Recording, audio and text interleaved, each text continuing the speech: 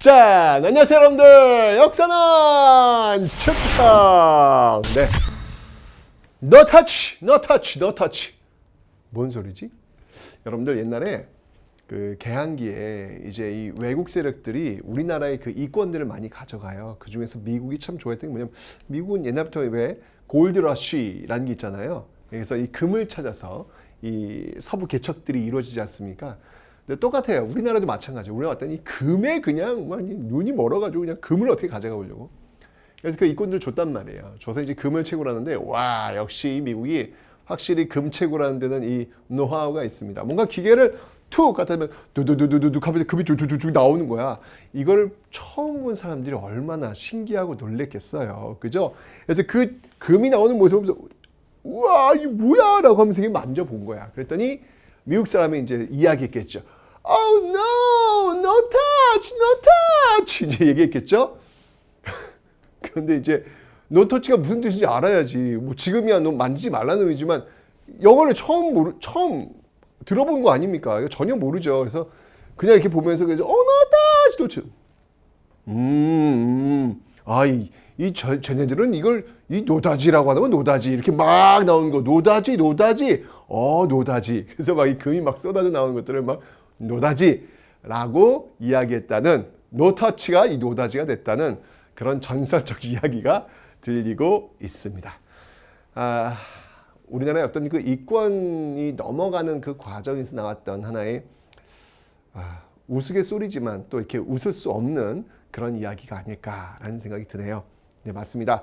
문이 열리고 우리 어떤 이권들이 많이 외국으로 유출되죠. 그 과정 속에서 우리는 또 어떤 모습으로 대응하고 저항했는지 그 내용을 지금부터 한번 살펴보도록 하겠습니다.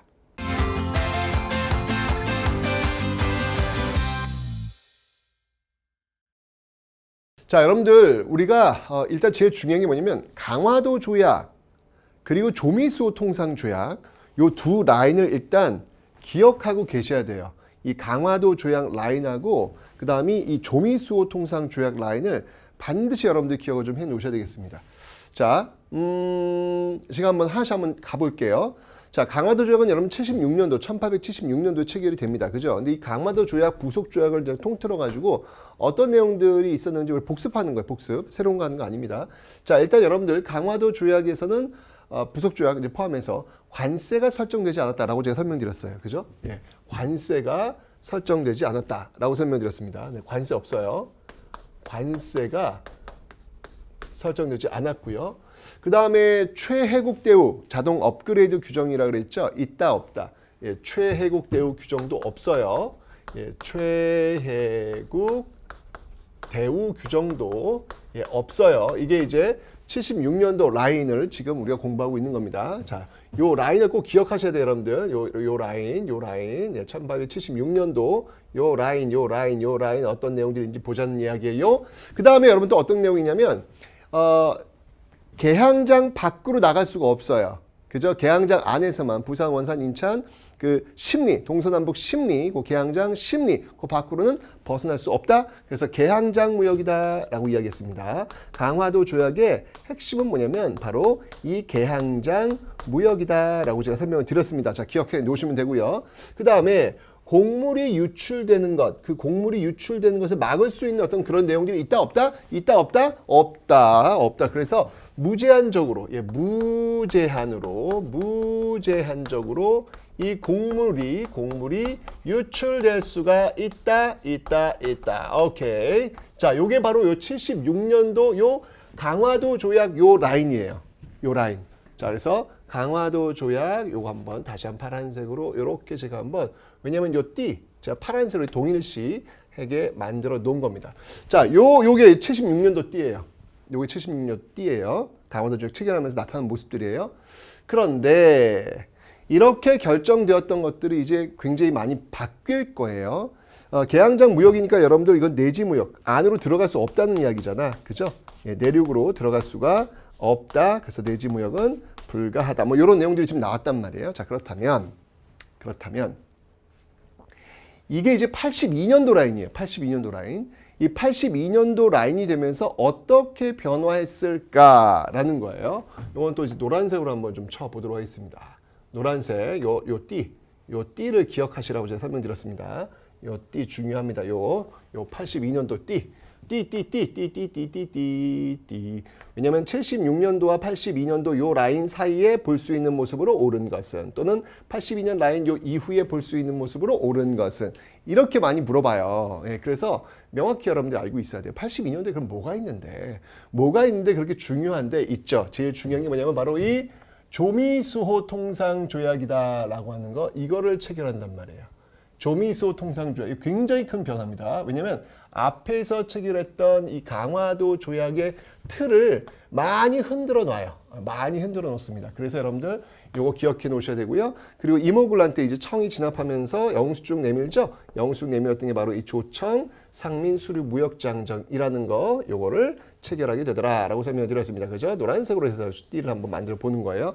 일본이 뭐 가만히 있겠나? 청나라한테 이렇게 줬으니까 우리도 줘! 라고 했겠죠? 자, 이러면서 조일 통상장정이라고 하는 것을 또 체결을 하게 됩니다. 이렇게 노란색 띠를 또 하나 제가 이렇게 만들어 놨습니다. 됐죠, 여러분들? 좋아요. 좋습니다. 자, 그렇다면 이제 하나씩 봅시다. 자, 먼저 이 조미수호 통상조약. 이 조미수호 통상조약이 체결되게 된 그 배경이 있다고 제가 설명드렸죠. 뭐였죠, 여러분들? 그렇죠. 예, 바로 이 조선책략, 황준션의 이 조선책략에 영향을 받아서 결국은 조미수호 통상조약이 체결되었다라고 제가 설명을 드렸습니다. 맞죠? 이 조선책략의 내용은 뭐였냐면 바로 방러하기 위해서, 러시아를 막기 위해서 어떻게 하라? 연미하라라고 미국과 수교를 하라라는 내용이었잖아요. 이 결과에 의해서 지금 조미수호 통상조약을 체결하게 된 거예요. 그죠? 자, 이 조미수호 통상조약의 내용 중에서 뭐가 있냐면, 자, 우선 갑니다. 우선 여기에는 거중조정이라는 내용이 들어가요. 거중조정. 이 거중조정이라 하면 우리나라가 이제 어떤 어려운 일이 있을 때 미국이 개입하겠다는 얘기예요. 개입해가지고 그 사이에서 조정해주겠다. 예, 우리를 좀 도와주겠다라고 하는 내용. 여러분들, 그런데 나중에 여러분들 우리가 일본으로 넘어가는 그 과정에서 우리가 바로 이 조미수호 통상조약의 거중조정 이 조항을 내밀고 부탁을 합니다. 부탁 들어줄까 안 들어줄까? 네, 안 들어줘요. 가스라 테프트 미락이라는 게 있습니다. 예, 여기서 미국은 필리핀을 가져가고 일본은 조선을 가져가고, 이런 약속들을 체결하게 되는 것이죠. 다시 한번 얘기합니다, 여러분들. 외교엔 영원한 우방도 영원한 적도 존재하지 않습니다. 오로지 국익만이 존재할 뿐입니다. 뱀처럼 지혜로워야 된다라는 걸 지금 다시 말씀드리고 있는 거예요. 자, 그래서 이 거중조정이라는 게 일단 들어가 있고요. 그 다음에 여러분들, 저 76년 띠에서 강화도 조약 그 라인에서 여러분들 관세가 지금 없었죠. 그렇죠. 관세 조항이 없었단 말이에요. 그렇죠. 관세 조항이 없었는데 여기서 들어가요. 예, 여기서 이제 드디어 들어가게 됩니다. 그러니까 82년 띠 이후부터는 관세라는 게 있겠네. 요거 이제 여러분들 놓치지 마시라는 거예요. 그 다음에 근데 여러분, 관세 조항이 이제 이게 없다 보니까 이제 어떤 문제점들이 발생했냐면, 일단 기본적으로 여러분들 간의 수공업자들이 엄청나게 타격을 입어요. 간의 수공업. 여기서 이제 물건을 만드는 사람들이 어마어마한 타격을 받을 수밖에 없단 말이에요. 왜냐면 관세가 없으니까, 제가 이야기했잖아요. 영국에서 만들어진 그 굉장히 산업혁명으로 만들어진 그 굉장히 좋은 면제품들이 일본 통해 들어오는데 경쟁이 되겠냐고요? 안 되죠. 그러니까 그러다 보니까 이 집에서 만드는 그 면제품들은 팔리지도 않으면서 망하게 되는 거죠. 이런 모습들이 나타나게 되니까 결국 관세조에 들어왔다는 이야기예요. 오케이?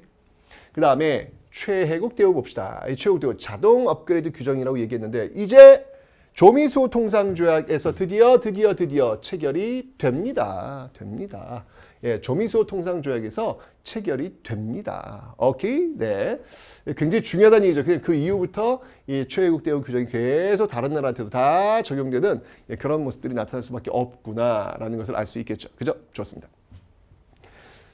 자, 그러면서 이제 이모군란의 결과 체결되었던 게 이 조청상민수령 무역장정인데, 이게 핵심이 뭐예요? 원래 강화도 조약에서는 개항장 밖으로 벗어날 수 없잖아. 그죠? 그런데 이제 벗어날 수 있단 말이야. 왜? 조청상민수령 무역장정에서는 내지무역을 가능토록 만들잖아요. 내지무역을. 그죠? 예, 이러면서 청나라 상인들이 내지로 들어왔고, 또 일본 상인들도 내지로 들어오면서 이 결과 이제 청과 청과 네, 일본이 경쟁을 하는 이런 시스템. 청나라 상인들이 들어오니까 이제까지 사실 일본이 거의 독점하다시피 했잖아요. 그래서 청나라 상인이 들어온단 말이야. 그러니까 이런 것들이 갈등이 되면서 나중에 이제 청일 전쟁으로 연결되는 그런 어떤 연결고리도 된다라는 것을 기억하시면 되겠습니다. 됐죠?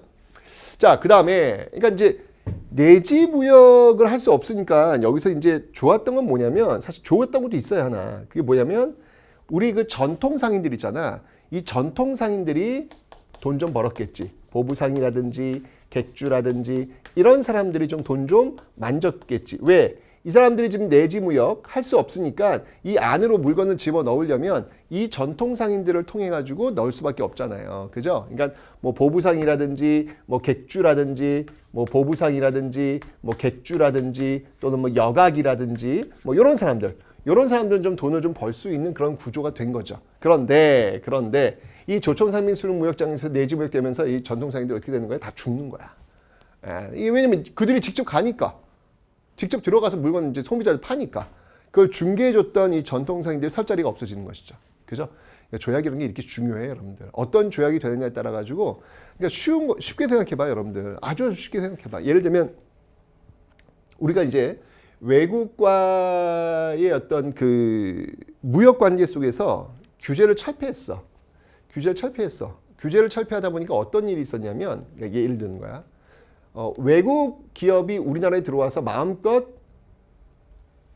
자신들이 원하는 사업을 할 수 있도록 열어놨다고 생각해 봅시다. 자, 예를 한번 들어봅시다. 우버가 우리나라에 들어와서 마음껏 그걸 할 수 있도록 한번 열어놨다고 봅시다. 그럼 어떻게 될까요? 우리나라 택시 사업 자체가 무너질 수밖에 없어요. 그렇죠, 여러분들? 그래서 이제 그걸 못하도록 지금 우리는 택시법 이런 것들이 지금 보호돼 있잖아요. 결국 어떻게 했어요? 우버가 철수하고 나갔죠. 똑같은 거예요. 이게 똑같은 모습이에요. 이게 지금 어떤 그런 진입 장벽이 있어가지고 제한이 없어버리면 이게 그걸 갖고 먹고 사는 어떤 전통적인 어떤 상인이라는 사람들은 무너질 수밖에 없는 거예요. 이해되시죠, 여러분들? 바로 이해되시죠? 여기 지금 그런 모습이 나타나고 있는 거예요, 지금. 그런 것들이 없다 보니까 지금 전통사인들 무너지고 간헐수급자 무너지고 이런 모습들이 나타나고 있다는 이야기입니다. 오케이? 자, 무제한 곡물 유출. 자, 이 문제도 역시 마찬가지였습니다. 이 문제도 이제 고쳐요. 이 조일 통상 장정을 체결하면서 이제 여기서 이제 뭐 이제 일본한테 최애국 대우 이제 주면서 또 이제 주거니 받거니 한 거예요. 여기서 이제 방공령, 무제한으로 이 곡물이 유출되지 않을 수 있는 방공령 조항이 여기 이제 드디어 들어가게 됩니다. 다행이죠. 사실 이런 것들이 들어가는 거는 다행이죠. 막을 방자, 방어한다는 얘기죠. 곡물이 유출된 것을 막을 수 있는 어떤 그런 령, 이런 것들이 만들어지고 있다라는 거예요, 여러분들. 좋죠. 자, 그래서 요 파란색 띠 76년도 라인과 요 노란색 띠 요 82년도 라인을 여러분들이 명확하게 구분하고 계셔야 돼요. 그래서 요 사이 볼 수 있는 모습으로 오른 것은 뭐 관세를 지금 물지 않고 물건을 팔고 있는 외국 상인들의 모습들 개항장에서 뭐 볼 수 있겠죠. 근데 요 밖에서는 요 노란색 라인 이 밖에서는 그런 모습 볼 수 없겠죠. 관세가 물리고 있으니까. 그죠? 그 구분들을 여러분들 좀 정확하게 하실 필요가 있다라는 겁니다. 오케이? 됐죠? 좋아요? 오케이. 조미소 통상조약을 체결하면서 이 조미소 통상조약을 체결하면서 이제 미국과 조약을 체결하고 여기에 이제 파견된 사절단이 있어요. 그 사절단이 누구냐면 바로 보빙사라고 합니다. 여러분 우리 앞에서 배웠죠. 청나라의 무기 보고 배워오세요라고 했던 영선사, 그리고 일본의 수신사, 그리고 조다 시찰단 있었잖아요. 그죠? 미국에 보낸 그 사절단은 이 보빙사가 있다는 얘기야. 이 보빙사 중에 누가 있었냐면 바로 육일준이라는 인물이 있었어요. 육일준. 네, 이란 인물이 있었는데 이 육일준이 갔다 와서 이제 이런 거 쭉 둘러보고 나서 쓴 책이 바로 서유견문. 여러분들 이거 제가 한 번 더 반복하는 거예요. 앞에서 제가 왜 중립화 이야기할 때 설명드렸었습니다. 그죠? 영국이 거문도를 불법적으로 점령했을 때 이건 아닌 것 같다라고 해서 육일준 부들러가 중립화론을 주장했다. 그리고 그 육일준이 이제 썼던 책이 바로 서유견문이다라고 말씀드렸습니다. 이건 참고로 좀 하나 알고 계시라는 얘기입니다. 됐죠? 자, 어쩐지 이런 이제 80년 띠가 이제 형성됐어요. 자, 시간이 흘러갑니다. 자, 갑신정변 네, 위로부터의 개혁 실패로 돌아갔고, 아래로부터 개혁 동학농민은 실패로 돌아갔고, 이제 갑오 을미개혁이 지금 단행되고 있는 어떤 그런 과정 속에서 을미사변 명성황후 사건 고조이 결국 어디로 돌아간다? 러시아 공사관으로 갔다. 그래서 아관파천. 자, 여기서 이제 문제가 발생합니다. 러시아 공사관으로 들어갔으니까 러시아가 또 영수증 또 청구할 거 아니에요. 예. 그러면 이제 여러분 여기 뭘 줘야 될 거 아니야. 러시아한테 나 보호해주니까 고마워. 공짜가 어디 세상에. 분명히 줘야 된단 말이에요. 준단 말이에요. 그럼 러시아한테 뭐 하나 준다? 그러면 여러분 다시 앞으로 가볼게요. 지금 이 82년도 라인에서 지금 이 최혜국 대우가 조항이 적용됐단 말이에요. 이거 미국한테 줬으면 나는 다 줬다는 거야. 이후부터는요. 그죠? 그러면 이 최혜국 대우 조항이 아주 그 막강한 영향력을 행사하는 시기는 언제일까? 다른 나라한테 뭘 하나 주면 계속 다른 나라한테 뭘 줘야 되는, 그죠? 바로 이 아관파천의 시기. 이 아관파천의 시기가 되면서 저 최혜국 대우가 이제 완전히 그 힘을 마구마구 발휘하는 거야. 그러면서 이권 침탈이 아주 절정에 이르게 되는, 이권 침탈이 아주 절정에 이르게 되는 그 결과를 지금 도출하게 되더라. 아관파천은 그런 결과를 가져오게 된 겁니다. 자, 그러면 뭘 줬냔 말이에요. 자, 하나씩 봅시다. 먼저 러시아입니다. 러시아. 자, 이 러시아에게는 뭘 좀 참 많이 줬을 거 아니야. 그죠? 일단 삼림 체벌권. 나무를 좋아해 또 이 러시아는. 그죠? 예, 삼림 체벌권을 또 주고요. 오케이. 예, 그다음에 이제 절영도조차. 절영도. 예, 이거는 이제 저탄소. 이 러시아 배가 이제 동해를 쭉 내려왔을 때 그 석탄이 필요할 거 아니에요. 연료가 필요할 거 아니에요. 그죠? 예, 이런 것들을 하기 위해서 절영도조차 이런 거 달라고 하고요. 물론 이제 이건 여러분 잘 알겠지만 독립협회가 이제 막아냅니다. 만민공동 열어가지고요. 예, 그다음에 한러은행 이것도 이제 역시 막아낼 거예요. 독립협회가. 어쨌건 이런 것들을 지금 마구마구 지금 남발하고 있는 그런 모습들 러시아에 있고요. 그다음에 이제 미국입니다. 미국은 뭘 좋아한다? 골드. 네, 금을 좋아해요. 예, 그래서 여기 운산금광. 와, 여기서 지금 금이 여러분들 막 쏟아져 나옵니다. 진짜 노다지. 와우. 이 운산금광을 주고 있고요. 그 다음에 이제 철도 부설권을 줘요. 어디로 주냐면 경인선. 어허. 경인선이면 우리가 최초의 철도 아니야. 그죠? 근데 이제 나중에 이제 이게 어디로 넘어가냐면 일본으로 넘어갈 거예요. 일본 넘어갈 거예요. 결론적으로 얘기하면 우리나라 그 경인선, 경부선, 경의선 이건 전부 다 일본이 놓았습니다. 하지만 그 전에는 미국이 이제 이렇게 경인선은 원래 철도 부도를 갖고 있었다라는 거예요. 그 다음에 여러분들 이제 프랑스 한번 프랑스. 예, 프랑스 같은 경우 여러분들 역시 광산채굴권 넘기고요. 예, 그 다음에 경의선. 경의선. 이 철도 부설권은 프랑스가 갖고 있었거든. 예, 그거를 이제 나중에 또 넘겨요. 어디에? 일본으로. 이렇게 되는 거예요. 경부선은 원래 이제 일본이 가지고 있었고요. 예, 이러면서 경인선, 경부선, 경의선 다 일본이 놓게 된 어떤 그런 모습들을 지금 갖고 오고 있더라. 하여튼 정말 이게 지금 이 아관파천 때문에 난리가 난 거야 지금 이렇게. 이권 침탈이 막 절정에 이르는 시기예요. 그러니까 저 앞에 단계 이제 앞에 한번 가볼게요. 이 앞에 강화도 조약과 이 조민소 통상 조약 요 당시 80년대 이 80년대는 지금 어떤 단계냐면 단순히 물건을 사고 파는 그런 단계야. 물건을 지금 외국 문물과 우리 어떤 쌀 이걸 교환하는 단계야. 첫 번째 단계는 이렇게 연결됐단 말이야. 그런데 시간이 흘러가면서 이 아관파천 시기가 되면 이 시기가 되면 이제 어떤 모습이 나오냐면 이제는 우리의 이권을 가져가는 시기야. 이권. 처음에는 그저 물건을 교환하는 시기에서 이제는 우리의 이권을 가져가는 시기가 된 거예요. 좀 더 지금 벌려진 거야. 자, 그러다가 이제 이 러일 전쟁 이 시기가 됩니다. 이 러일 전쟁 이 시기가 되면 일본이 이제 우리나라에서 이제 강력한 힘을 발휘하게 되면서 이제는 본격적으로 식민지 경영에 대해서 눈을 뜨게 되는 거예요. 식민지 경영을 하는 의도가 이제 보이게 되는 것이지. 자, 그렇게 되면서 일제가 이 대한시설 강령이라는 것을 이제 만듭니다. 서서히 이제 우리나라 식민지로 하겠다는 의도가 지금 보이고 있는 거예요. 이 대한시설 강령을 통해 가지고 뭘 하려고 했냐면 우리나라에 이거 황무지 있죠, 황무지. 예, 이런 것들을 지금 개간하겠다. 이거 어디 들어봤는데? 그렇지. 애국개몽 운동에서 이걸 막아냈던 어떤 그런 모습들이 있잖아요. 이런 어떤 그 황무지 개간 요구, 이런 것들이 지금 이 대한시설 강령을 통해 가지고 나타나고 있다라는 얘기예요. 이제 맨 처음 초창기는 서로 물건을 교환하는 단계였어. 그 다음 단계 아관파천 90년대가 되면 이제 우리 이권을 가져가려고 그래. 그 다음 단계 뭐예요? 이제 땅을 가져가려고 하는 거야. 와우. 지금 서서히 지금 그 우리의 어떤 그 경제적인 어떤 주권들을 하나씩 잠식해 들어가는 모습 보이고 있죠. 자, 그 다음 단계로 한번 가볼게요. 그 다음 단계. 이 을사늑약이 체결되면서 이 을사늑약 체결되는 이 1905년 이 시기에 어떤 일이 있었냐면 이제 이 널 전쟁에서 일본이 확실히 승리하면서 이제 완벽하게 그냥 우리 어떤 그 경제적 시스템을 지금 장악하려고 합니다.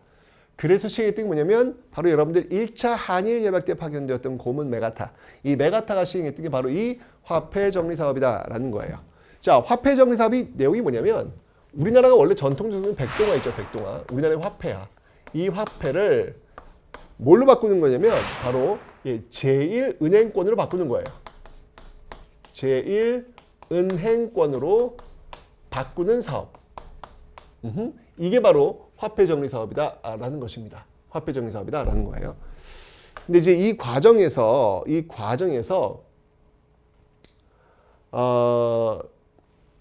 백동화 예를 들면 백동화 10,000원이야. 10,000원이면 제1은행권 10,000원으로 바꿔주면 되는 거 아니야. 그죠? 근데 문제는 뭐냐면 이걸 안 바꿔주는 거야. 백동화를 가져가면 이거 불량인데? 이거 가짜인데? 이건 제대로 가치가 안 되겠는데? 이렇게 되면서 10,000원 가져갔는데 나한테 1,000원밖에 안 주는 거야. 돈 아예 안 줘. 내 돈 어디 간 거야? 날라간 거야. 화폐 정리 사업을 통해서 이런 일, 1대1 교환이 안 되는 거야. 등가 교환이 안 되는 거예요. 그럼 어떤 일이 벌어질까?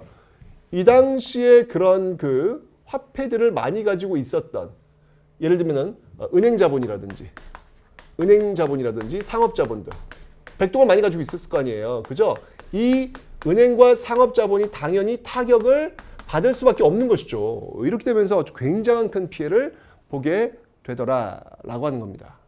그러니까 이 백동화를 없애는 거니까 이 백동화를 만드는 곳이 어디였냐면 바로 그 80년대 근대 시설 중에 하나였던 바로 전환국이라는 게 있어요. 전환국. 이 전환국이 어떻게 될까요? 백동화가 이제 못 쓰니까 당연히 폐지가 되겠죠.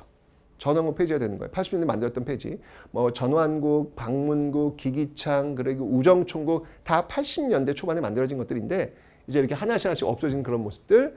그리고 이때 시행된 게 뭐였냐면 은본위제, 금본위제. 이거 은이 아니에요, 여러분들. 네, 금본위제가 이때부터 또 시행이 됩니다. 이거 여러분들 어디 들어봤죠? 은본위제 시행됐던 건 이제 갑오개혁에서 1차 갑오개혁에서 은본위제가 시행되었다라고 했는데 이제 메가타 화폐 사업에서 드디어 금본위제, 금이 있는 만큼만 화폐를 찍어내는 것이죠. 이런 것들이 지금 시행되고 있더라라는 얘기입니다. 이 화폐 정리 사업은 뭐냐면 이제 우리의 메커니즘, 이 경제 메커니즘을 장악하겠다는 얘기예요. 자, 다시 한번 봅시다, 여러분들. 강화도적으로 문이 열렸어. 그때는 그냥 단순하게 물자를 서로 교환하는 단계였어. 그죠? 여기 1단계야. 그 다음에 이제 아관파천 그 시기. 이제는 우리의 이권을 가져가는 단계야. 이게 2단계야. 그 다음에 3단계. 러일 전쟁을 이제 기점으로 해가지고 우리의 토지를 가져가려고 그래. 이게 3단계야. 그 다음에 이 화폐 정리 사업을 통해서 우리의 경제 시스템을 장악하려고 그래. 이게 4단계야. 어때요? 착착착착착. 그저 맨 처음에 물자를 교환하려는 그 모습들이 와우, 이렇게 변하면서 결국은 식민지로 갈 수밖에 없게끔 지금 만들어 놓고 있잖아요. 무섭다는 거예요, 여러분들. 제가 그래서 앞에서 한번 이야기했을 거예요. 조약이라고 하는 거 잘 맺어야 된다고. 그저 단순히 조그만 틈이 하나 벌어진 것 같지만 그 틈 사이로 굉장히 어떤 우리의 삶이 변화할 수 있는 거라고. 잘 봐야 된다고. 예. 자, 일제는 이제 이런 모습들을 보이면서요. 어떤 일이 벌어지냐면 특히 이제 백동화를 제1은행권으로 바꾸려면 돈이 필요할 거 아니에요. 그죠? 바꿔줄 수 있는 돈이 필요할 거 아니야. 제대로 안 바꿔준다 할지라도. 그죠? 이걸 어떻게 그러면 돈을 찍어내는 게 아니라 일본에서 차관을 빌리도록 해요. 예, 그래서 이걸 계기로 해서 일본의 어떤 차관이 굉장히 뭐 이것 외에도 또 많아요. 예, 이것 외에도 또 이제 뭐 시설한다고 해서 뭐 차관이 굉장히 많이 들어오게 되는데 한 예로 이제 이런 것들 차관이 많이 들어오게 되는 어떤 그런 모습들이 있다라는 거 기억해 두시면 되고요. 그 다음에 이제 본격적으로 식민지가 되었을 때 이 식민지 토지를 어떻게 운영할 것이냐라고 해서 이 동양척식 주식회사가 1908년도에 이제 만들어집니다. 나중에 이제 1910년대 일제가 이제 토지조사 사업 시행하는데 아주 여기서 이제 어마어마한 돈을 벌게 되는 그런 모습으로 가게 될 겁니다. 됐죠? 이거예요. 강화도 조약으로 문이 열렸던 우리가 이렇게 물물 교환에서 이권 침탈에서 그다음에 토지 약탈에서 그다음에 경제 시스템으로 약탈되는 이런 어떤 그 과정들이 이어지면서 경술국치 1910년 8월 29일로 연결되고 있더라라고 하는 것이죠. 자, 그렇다면 이 과정에서 우리는 그럼 또 가만히 있었느냐? 그렇진 않다는 얘기죠. 우리도 나름대로 저항을 했습니다. 자, 어떤 경제적 저항이 있었는지 경제 구국 운동을 한번 살펴보도록 하겠습니다.